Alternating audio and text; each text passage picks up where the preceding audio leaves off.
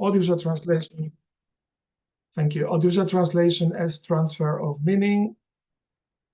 I'm sorry, something happened here. So, can you still hear me? Thank you very much. So, audiovisual translation is transfer of meaning. I'm going to argue against that idea that audiovisual translation should be thought of only as transfer of meaning. I'm going to discuss these ideas of translation as representation and as intervention. Then I'm going to move on a little bit to film studies domain. And I'm going to think about the relationship between translation and the universality of film, all the while pushing, my main argument, which is that we should embrace translation as a practice that transforms film, as film transformative practice. So to begin with, within the time, that I have, what is my problem thinking of translation as transfer of meaning? When I started studying translation at the University of Interpreters and Translators in Corfu, that was one of the first things I was taught. Translation is transfer of meaning. And that's really how I started to practice translation, and that's how I continue to teach, in all honesty, my students, that translation is a way, is a method, it's a mechanism, a linguistic mechanism, where you get meaning across languages and cultures. My problem with that definition is that it establishes hierarchies. And when you see hierarchies, you also see exclusions. And although translation is transfer of meaning, at the same time, it's much more. And that I would like this much more to be kind of recognized. So what kind of hierarchies? Well, you have the source text, and then you have the target text. The source text is the source of all meaning. It's like, the authority. Everything is there, a lot of the time in a kind of a very strict kind of configuration of central meaning. And the translator is really charged with a single task to pick up that meaning and put it and translate it in the other language. So you have centers of production of meaning, think geographically as well, think globally, and centers and peripheries of consumption of meaning. You have this kind of unequal relationship between where the meaning is produced, when the film is produced, in this particular case, Hollywood. I will come back to Hollywood. And then, the film, the content, the material is consumed. And I feel that, again, as I said, that although translation is transfer of meaning, although it is representation, as my second point says, at the same time is much more. And I will expand on that notion, what do I mean by much more? So let's go to who the person I think is the most senior, let's say, theoretician in audiovisual translation today, Luis Perez Gonzalez. His entry in the Routledge Encyclopedia of Translation Studies, his entry on audiovisual translations, it's an encyclopedia, that's the 2009 edition, and he wrote the entry called Audiovisual Translation. And then he defines audiovisual translation. As such, he says it focuses on the practices, processes, and products that are involved in or result from the transfer of multimodal and multimedial content across languages and or cultures. So again, you have the idea of transfer at the very heart of what AVT is. We think of translation the same, but he talks about AVT and I talk about AVT, and he says, this is really what it is. So everything else is secondary, is derivative in relation to that. He does the same with the idea of interlingual subtitling. It's a rendition, so something pre-exists and something follows, and we are the people who transfer, we translators. We are the people who render the things. He says the same about dubbing. Dub dialogue is about recreation. Something is already created, done for us. We do not create as translators, we recreate. So what we have here is a unidirectional movement. Audiovisual translation defines itself predominantly in terms of transfer of content from a fixed source text, like a film, through a process of transfer to the same film, to the same source text, but for a different linguistic domain. So a one-way movement. I find that one-way movement to be Well, derivative, as I said before, in the sense that there is something then original and everything else emanates from it, but also unreflexive. It doesn't allow us to reflect on what we are doing. It doesn't allow this reflection to also be integrated in the subtitles that we produce. How do we engage? How do we interact with the text? How do we want our audiences, as the people who read our subtitles, how do we want them to interact with the original text? So it's an unreflexive process. That's my assessment. And I know, again, I'm asking more questions than I can expand on here fully, but let's see this example. It might help. So this is an example from a documentary. It's not a fantastic documentary, but it's about Stonewall in the riots that happened in the early 70s in New York, outside of a gay pub there. And the police actually rioted, so they kind of created a lot of riot, as I just said, where this was considered the beginning of the gay liberation movement in the contemporary world. And this is just an image from that. You have a non-binary person there speaking to another person. The image is not very important, but it is from that particular event. And I want to say that it tells us something. It tells to the American people something. It's an American documentary. And it is what it is. When I transfer it, when I transplant it to another locale, all these issues that I mentioned, about non-binary presence, about the police, about the beginning of gay liberation, about everything changes. It resonates differently to different ears. So if I take this image with a Greek subtitle, immediately I'm transformed somewhere else. I'm transformed. Actually, the subtitles for people who cannot read, it says, "Welcome to New York, don't stop," basically. So it's, it doesn't really matter what it says, but even, when you think that in Greece recently we had this big discussion about same-sex marriage. So it's going to resonate differently to me than it's going to resonate to American ears, which is part of their history. So that kind of transformative practice that the audiovisual translation brings cannot be conceptualized in terms of transfer only. I'm not just transferring meaning. I'm transforming the whole film, but with the addition of the subtitle. I transplant it, as I said, but I also transform it because the subtitle just sits on my image. And obviously, it's telling me, I'm here, read me. You're not really in the presence only of an American product, but of a translated product. Perez Gonzalez, whom I mentioned before, he said that, there are two types of AVT, actually two functions for AVT. AVT can represent, and AVT can intervene. So as a representation, AVT is just what I described. It's just the original and its ideas and meanings being transferred, being conveyed, being propagated, Perez Gonzalez says.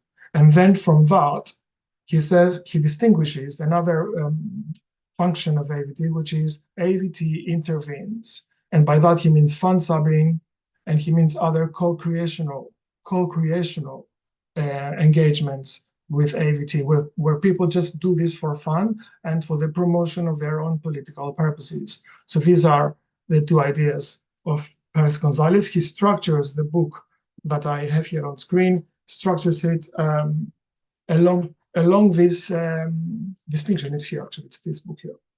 And he says, AVT can be representational and it can be interventionist. So either simply to convey or to co-construct the original. I have a problem with that definition as well. I don't think you can say that in a classical Hollywood film, AVT only represents. AVT always intervenes, and AVT always transforms. And I think I just told you, I'll give you an example, I'll give more here. So we don't need to read this because we don't have time, but why don't we just look at this word that with a digital translation, we propagate the practices favored in the industry. We don't create them, we just propagate them. I disagree with that because it's not simple representation. And then he says AVT can be an interventionist practice. And he says in that place, for instance, fund subbers, you know what it means, fund subbers. Fund subbers is the people who subtitle without being paid for that necessarily. They do it for fun because they like doing it. And that these people are co-creationers, co-creators. And so I think that we all are both transferring and co-creating, both propagating and co-creating. So that's really my point. The first point I want to say, AVT always represents, AVT always intervenes. In that book that you can see on the right side of the screen, which was edited by my colleague Esperanza Bielsa from the Autónoma University in Barcelona, the Routledge Handbook of Translation and Media, myself with my student Josh Bronson, we wrote a chapter called Film Translation. And we made the case for translation as transformation there. So one of the things that we said is, if you think about it, a film is a representation of reality. So you have reality, and then the film that represents it can be a fantastic fantasy, but it's a representation of something. If you add the subtitles, or if you dub it, then it's a double representation. So how is that not a transformation, is my question. So to put again my point, films are first-degree representations of the realities they depict. If we add subtitles or dubbing, we are watching a doubly mediated reality. We can't pretend that it's the same film anymore. And the other idea that we have is that subtitles and dubbing, they obscure the image. Subtitles do, we just saw that. And dubbing fails to synchronize perfectly, because then you can see the mouth going in this direction and the sound going in a different direction. This funny effect that dubbing has, that, you know, in Greece, where we are not familiar to dubbing, for us it's so visible. But when I talk with my Spanish and Italian students, they just don't see it. They're just so used to that. But yeah, subtitles and dubbing obscure the image or fail to synchronize perfectly with it. I am saying that they always disrupt the image, sound, ensemble, and defy the realism of fictional cinematic narratives. So if the film wants to be realistic, if I just stick a subtitle on my screen, where is this realism? I'm watching suddenly a film with a subtitle there. So for all these reasons, I'm calling my audiences to, you know, today and in other occasions, to embrace translation as film transformative practice. When I translate films, I say, we do not simply transfer meanings, we convey emotions or culture. We transform films. We do it whether we do conventional AVT or whether we do creative AVT. Let's say creative subtitles. I'll talk about creative subtitles in a minute. Every translated film is a site of intervention and can be watched as such. And the question that the research should take, in my opinion, is we should not ask if, but how translation transforms individual films and the cinema more broadly. What are the consequences of living in a culture, audiovisual translation culture, where we think that we only transfer and do not transform? What are the consequences of that? The consequences are that we have pedagogies, so we teach our students, telling them, don't be too creative, don't have a voice. That's very related to what we were saying before with Juan Jose. Don't have your own voice in subtitling, although we just heard perhaps it's good to start having a voice. Don't use language that is too extreme. This is really in the policies and the guidelines of the big translation and subtitling agencies. I'm more familiar with subtitling, that's why I talk about subtitling all the time. This is included in Netflix guidelines. This is in the big textbooks about audiovisual translation, Jorge Diaz Synthesis and Aline Remaels on subtitling, and Fede Chalmers on dubbing. So they both advise us to hold back, to not really use these as a space for expression, And of course, I'm not arguing for, being crazy and surrealist in a subtitle. I'm arguing for recognizing the subtitling space for what it is. So, they give this advice. Again, I'm not going to read it all. Via Sintas and Remael from the subtitling textbook, they say you should do standard language, neutral word order, simple, well-formed sentences, because there is a traditional concern with clarity, readability, and transparency. And Fede Chaume, again, he says, stick to the grammar, to the conservative grammar rules. Use the most correct levels of written language. To be honest, to my colleagues and friends, Jorge especially and Fede, it's not like they say, oh, you have to do that. No, they say this is what the industry wants. So in a way, they try to protect the students from becoming something that then they will not find a job. And I respect that, obviously. But we are here to think today. And in the classroom, obviously, we can clarify that to our students to say this is the situation. So the problem that I have with that, and I don't know how I'm doing with time. I think I'm doing okay for the time being. Thank you, Lucia. So the problem I have with that is that if we are doing that, we live in this fantasy world where we think that we reproduce the same ideas, reproduce the same effect as the original. We live in this world, we teach our students where we think, oh, if you're being conservative, you just serve the original film's intentions, the original filmmakers' ideas behind the film. But who is to say that it is so? Who is to say that the film has this particular unique, coherent, and unified message that we feel it is? We just have learned in a way, particular ways of making assumptions as to what the film necessarily says and reproduce the same.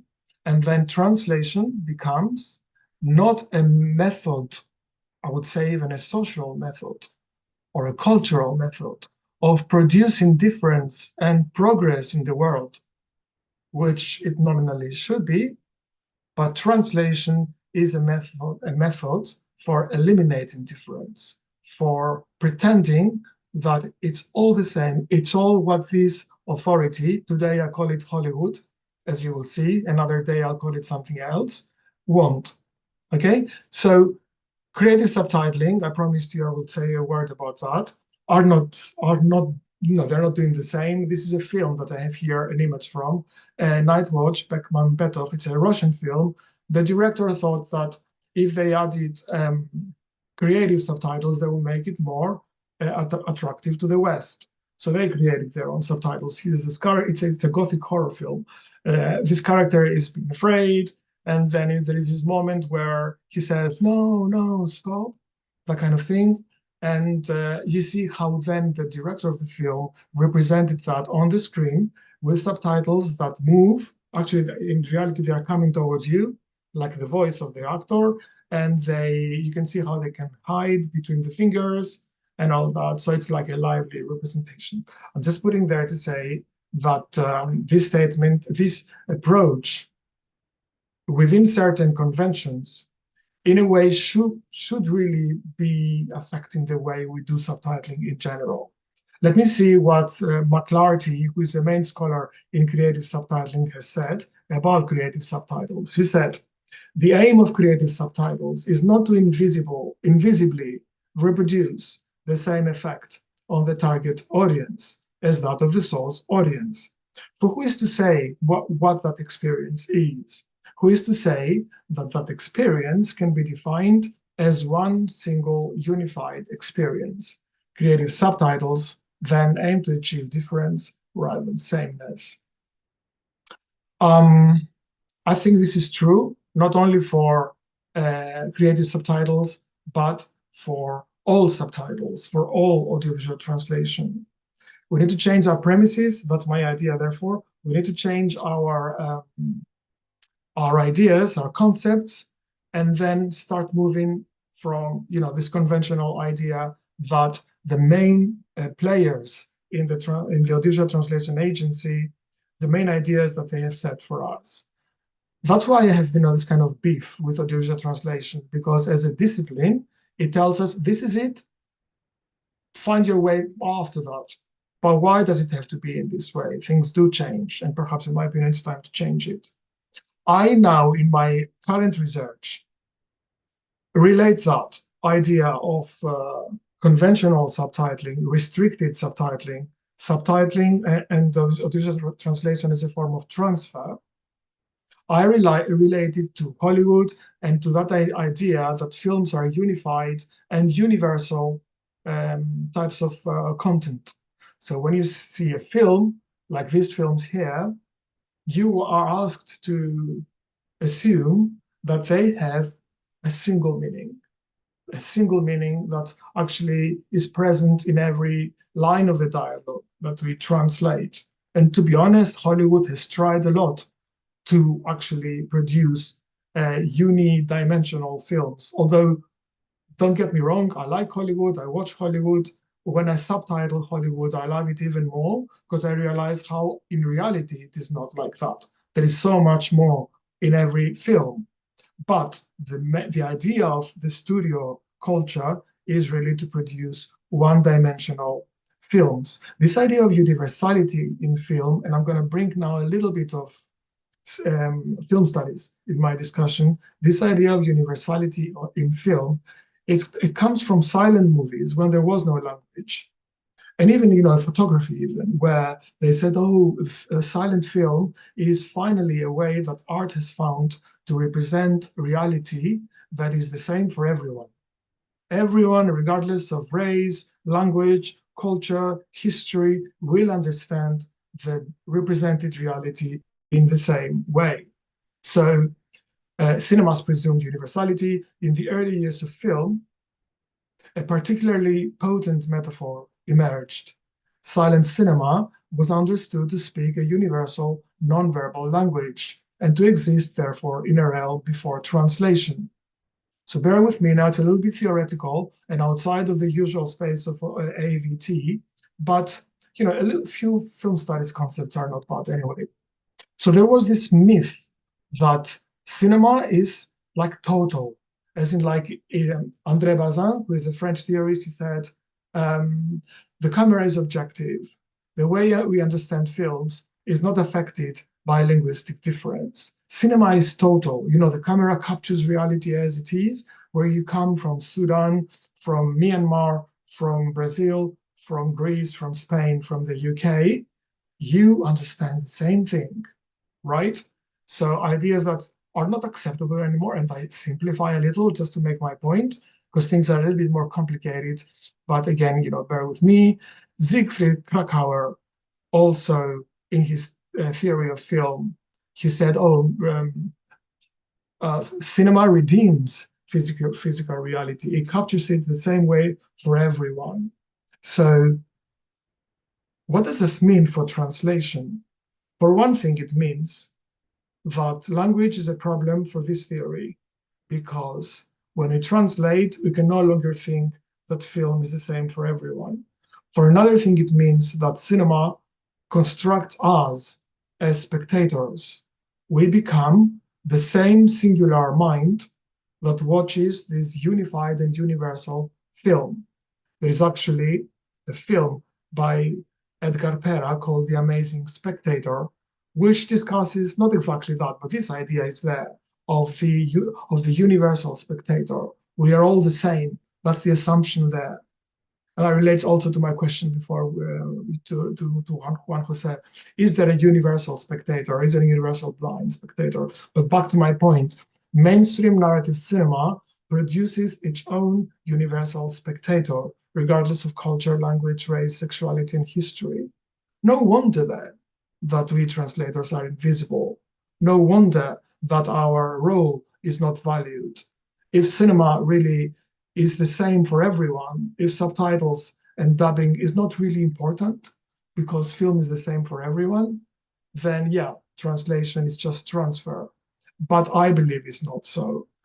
Very quickly, it's an important point, but I don't want to spend a lot of time. Cinema, like the films that I showed before, These are films that also narratively they follow storylines which are kind of universal themselves. There is this idea, I don't know if anyone knows this idea of the monomyth, Joseph Campbell's monomyth, which basically it's about storytelling. And I teach this to my students in storytelling, which says that in every story, basically you have a hero who goes from the known to the unknown world and from the conscious to the unconscious world. And they go through many temptations and many challenges. And there is a point where they, at some point, they almost die. There is the abyss before, the tide turns. And there is transformation, there is atonement, and they return to the conscious world. So I hope you don't mind me just bringing elements from elsewhere, not just from translation here, because I think it's interesting. This film here, especially the second image here with Luke Skywalker, it is explicitly based on Joseph Campbell's monomyth. So this idea that storytelling is universal, that everywhere we are in this world, we understand the same story the same. Bad news for translators. But that's really the point I want to press upon. And then in teaching my students, with my students, I teach them this particular film, Mean Girls, which I also subtitled years ago for the Greek audience, the DVD version. You can see that, in Mean Girls, there's also that kind of cycle. I watched Barbie recently, and it's exactly the same, where she leaves her known world and she goes to the unknown world, and Ken follows her. And then there is a horrible moment of abyss. There is no fear that they die there, but then she returns with the knowledge that she has acquired. That's universal Hollywood, meaning basically the same story repeats itself in a universal way, film after film after film. I love all of those films, don't get me wrong, but I have a problem with the single simplistic interpretations that we give to them, and which then trickles into the translation world and makes it necessary for us to give simplistic interpretations through our translations, which effectively mean that we become invisible because we are not important as translators, and also that we are not paid a lot because we are not important as translators. So it's all a single thing. What is the role of film translation in universalizing cinema? This is what I am now researching precisely for my book. And I am discussing this book here, which is Lawrence Venuti's chapter in that book called Contra-Instrumentalism. And this is polemical and provocative chapter in this book, which is called The Trouble with Subtitles, and in which he says there is a collusion between film and subtitling. So why collusion? It's a collusion because the subtitlers do exactly what the film is asking them to do. The film is universalizing, the subtitles are universalizing. The film is monocultural, the subtitles are monocultural. The film is trying to simplify something that is obviously very complex and very intricate. The subtitles are doing the same. So let me give you a little bit of what he says. Again, we've said that before. It's his word of saying what we heard before. The language of translation throughout the world today tends to be extremely homogeneous, regardless of the genre or text type or medium. The language of translation adheres mostly to the current standard dialect, and therefore the most familiar and accessible form of the translating language. So, conclusion, subtitles written in this language can easily produce the illusion of transparency, giving the impression they communicate the speech on the soundtrack directly in an untroubled fashion, while reinforcing the realism of the film through their unobtrusiveness. This is a little bit complex. I'm not going to discuss it very much now, but I can give you the slides to read it again. Please, especially the students in the room, go and read this chapter. He trashes a little bit audiovisual translation research as we know it. He is away saying, oh, this is not sophisticated enough. this is not good enough. We need to think more reflexively about audiovisual translation. I kind of agree with a lot of what he says. I have also a little bit my problems, which is fine. You know, that's how knowledge progresses, and I'm writing about that in my book. But I cannot not agree when he says, you know, that subtitles produce the illusion of transparency. Transparency meaning from where I stand to the reality depicted, it looks transparent. And for me, is really exacerbating. What transparency? There is a bloody subtitle there. How can that be transparent? So, or you know, that we're not creating any trouble. Of course, we are creating trouble with subtitlers. So let's embrace that idea. That's my point. I have 2 more slides for you, and I'll be done in 2 minutes. My conclusions are, they're not permanent, you know, they are what they call provisional conclusions. Film translation has played a crucial role in enabling cinematic universality. We need to understand how translation is instrumentalized by classical narrative cinema and paradigmatically by Hollywood to construct its universality myth. We need to use translation to understand cinema. That's what I'm saying here. A synergistic relationship between mainstream film and audiovisual translation. Venuti says a collusion between the two. Collusion, you know what it means? It means kind of conspiracy. You collude with someone in order to cheat. So you work with someone in order to cheat someone else. So that's a collusion. I call it a synergy, a bit more civilized term. Audiovisual translation is my other term. Audiovisual conclusion. Audiovisual translation remains bound by the rules that define classical Hollywood style and draws its universal legitimacy from them. I will just skip 1 slide here and go to my final one. The slides can be yours if you want them. I want to quote something from this marvelous book called Subtitles on the Foreignness of Film, which has been edited by Atom Egoyan, the Canadian director, and the American critic, I think he's American, Ian Balfour.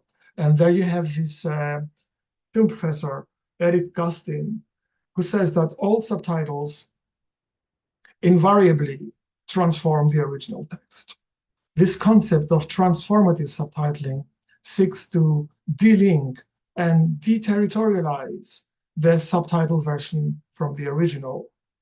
Delink means to separate it, deterritorialize it, transplant it to a different territory, not just geographically, so, you know, Greek subtitles to a Hollywood film, but in every other, you know, possible way, make it native to the other territory, let's say. So there is a transformational, not derivative movement here. And he concludes, and with him, myself as well, transformative subtitling implies that the original is not what it is, but that it also exceeds itself. The original exceeds itself. I love this expression. It kind of opened my eyes when I read it back in 2004, because it says that when it translates, of course we transform, of course we propagate, of course we transfer, of course we do all this simplistic thing, but the original crosses over lingua cultural borders and becomes something else, but also something more. It exceeds itself. It becomes what it is and more. That's value added to the original. That's value added to the film. Walter Benjamin, the philosopher, he said there is an afterlife to the original. So it lives more, it lives still. And I think that is the wealth and the transformation that translation brings. So let's change our minds. Let's say the way we see what we do as subtitlers. And with that, I thank you very much.